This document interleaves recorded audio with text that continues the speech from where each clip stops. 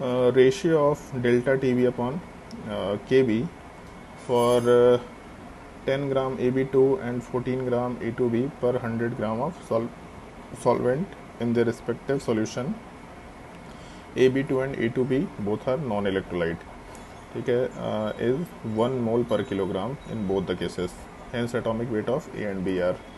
ठीक है, तो जैसे इसको हम लोग ऐसा रिलेट कर सकते हैं, एलिवेशन इन बॉइलिंग पॉइंट वाले पार्ट में delta T B is equal to I into K B into M लिख सकते हैं।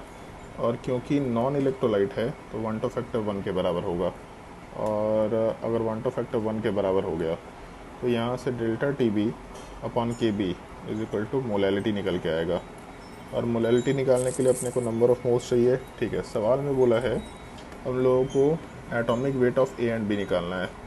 तो मान लेते हैं कि मोलर मास ऑफ ए वाला पार्ट ए के बराबर है और मोलर मास ऑफ बी वाला पार्ट बी के बराबर है। तो यहाँ से ए टू बी वाले पार्ट का मोलर मास, या फिर पहले ए बी टू वाला पार्ट ले लेते हैं। अगर हम लोग पहले ए बी टू लेंगे तो ए बी टू का मोलर मास हो जाएगा ए प्लस टू बी के बराबर, और जब हम लोग ए टू बी लेके चलेंगे तो यहाँ पे वैल्यू हो जाएगा 2a प्लस बी। तो ठीक है, हम लोगों का मोलैलिटी वाला पार्ट दे रखा है सवाल में 1 मोल पर केजी के बराबर, मतलब दोनों केसेस में अपना मोलैलिटी वाला पार्ट 1 के ही बराबर है।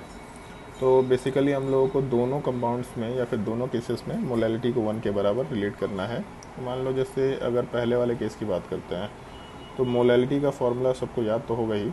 Molality is equal to number of moles by mass of solvent in kilogram.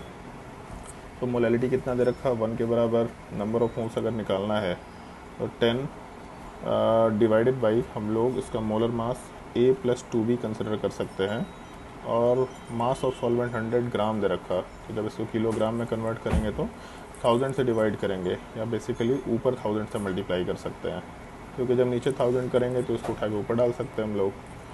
तो यहाँ से कैलकुलेशन में हम लोगों के पास वैल्यू आना चाहिए, ये कैंसिल आउट होगा, बचेगा 100। ठीक है, a plus 2b is equal to 100।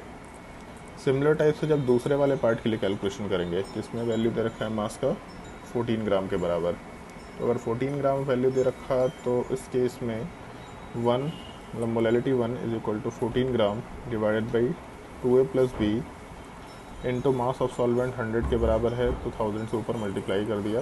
तो यहाँ से अपने आंसर में 2a plus B is equal to 140 आना चाहिए। तो दो इक्वेशन है, दो वेरिएबल है, अगर इसको सॉल्व करेंगे इक्वेशन 1 वाले पार्ट को 2 से मल्टीप्लाई कर देते हैं और फिर इक्वेशन 2 को उसमें से माइनस कर लेंगे, तो 2a कैंसिल आउट हो जाएगा और 4b में से एक b कैंसिल आउट हो जाएगा। इसका मतलब ओवरऑल 3b बचेगा इज इक्वल टू 60। तो यहाँ से b इज इक्वल टू 20 आना चाहिए, और अगर b इज इक्वल टू 20 है तो a वाला पार्ट 60 के बराबर होना चाहिए। तो इस केस में a वाला पार्ट 60 होना चाहिए एंड b वाला पार्ट 20 होना चाहिए अपने आंसर वाले पार्ट में। तो उसके हिसाब से 140 ठीक है, हम लोग का दूसरा ऑप्शन वाला पार्ट आंसर होगा 60 एंड 20। एक सेकेंड, हाँ ठीक है, a पहले पूछा है b बाद में पूछा है, तो इसलिए हम लोग 60-20 आराम से कंसिडर कर सकते हैं।